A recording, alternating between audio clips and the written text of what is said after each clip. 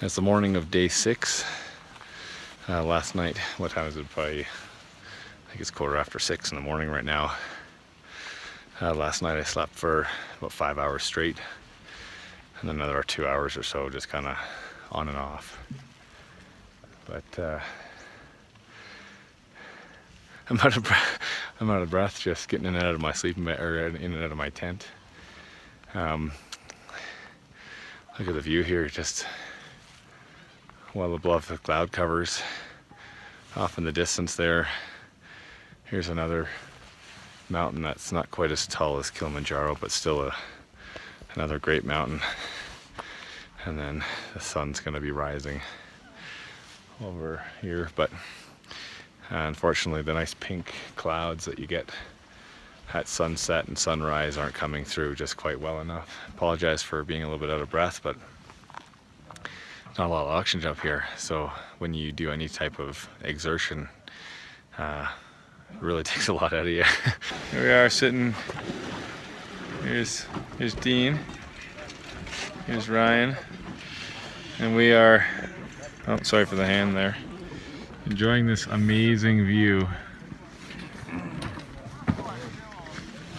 And we're literally like sitting in the sky. Last night we could see Moshi and Arusha? Yeah. Moshi and Arusha, which are two cities just kind of at the base of the mountain here, what seems to be the base of the mountain. I think they're quite a distance away, but seeing all the city lights, it's kind of like flying into the city when you're, in the airplane, and it looks so small from above. So lights sprawling everywhere. We tried desperately to try to get some pictures of it, but nothing was working on the phone. Somebody has a better camera to try to take some pictures of it. The exposure was kind of off. It's really unfortunate that we can't capture, what we're actually seeing in film so that we can share it with people, but even then it wouldn't come across quite the same. I can't even describe how amazing this view is. Like, I literally feel like I'm like sitting on a shelf just up in the sky. It's just incredible. Like, I don't know, like can you even see what I'm talking about?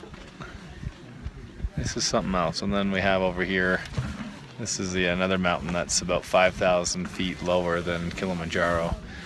I imagine people climb that as well. Hey Stanford, yes. How often do people climb that one?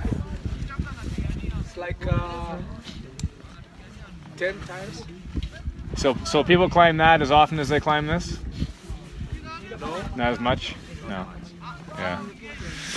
So there you go. A local guide says people don't climb that one as much, probably because it's not as high, I guess. It's not as much of a challenge, but sorry for the sun. Anyway, incredible. Okay. A warm-up. Yeah, okay. So the guide says that, so very few people will climb that other mountain first, and then climb Kilimanjaro. Use that as a warm-up, and then climb here. So as good as here? anyway, just wanted to try to share this. I actually said I'm going to do a video. I don't know what I'm going to say, but I wanted to try to share this view and this experience with you.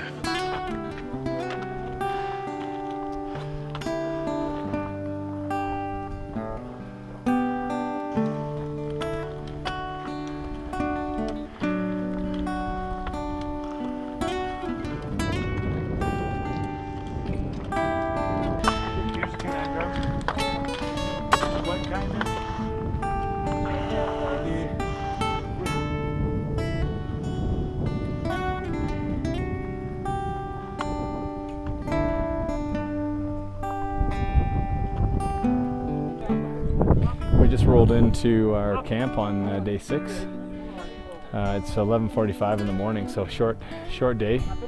We left around I think around 8:30 is what we left at. So fairly easy hike for the most part. Obviously get out of breath, slow pace, etc. But I guess the last couple of days we just done short days. Obviously my take on it anyways is just to do a bit of a rest so that we don't, we have got a lot of time to rest in between, and then we do our big hike tomorrow.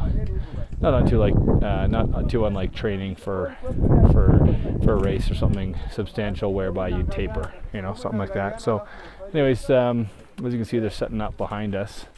An indication as to how quickly we got here. Normally when we arrive in camp, everything's set up and ready for us, but we didn't really even get an opportunity to allow them to get here before we showed up. So again, a lot different of a feel on this one, because we're literally like, you know, not that we weren't on the mountainside before, but we're really a lot higher. You know, there was a lot of kind of like open area in our previous camps, whereas here we're surrounded by rocks. You know, they've been clearing spaces. They've got these, you know, spades or small pickaxes kind of thing, where they're digging out rocks and smoothing out the spots for a tent to go on. So yeah, this one's kind of a neat. You know, every camp's has a different feel to it. Every day is a little bit different, and this one doesn't disappoint either. I haven't verified this, but this is my take on it, because there's a very well traveled road path, so to speak. I think it's right here, and so it's only 2 days down. Reason being is that we basically kind of come up one side of the mountain, we hike around the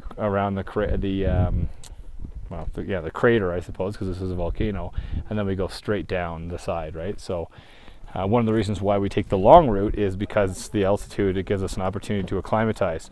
If we were just to go straight up the mountain, I think everybody would just be sick all over the place. So nice slow pace gives us an opportunity to acclimatize. You know, also, you know, better experience all around. We've been not necessarily witnessing per se, but definitely hearing an immense thunderstorm. It's pretty neat because we're actually above the thunderstorm. So since we're so high in the sky and the thunderstorm is below us, we're not getting any of the rain, but we're just certainly hearing it rippling just all over the place, like almost like as if it's right above us, but it's actually just down there in those kind of darker clouds over there. So just another little tidbit of cool cool elements. Just to ensure that we do get all kinds of weather here in Kilimanjaro, we are getting ready to go to bed. It's probably about 6:30 or so in the evening. Try to get a couple of hours sleep, and then we're gonna wake up at midnight. But started snowing, so tomorrow we will be trekking through some snow. Can't see the mountain anymore, but we sure can see the snow.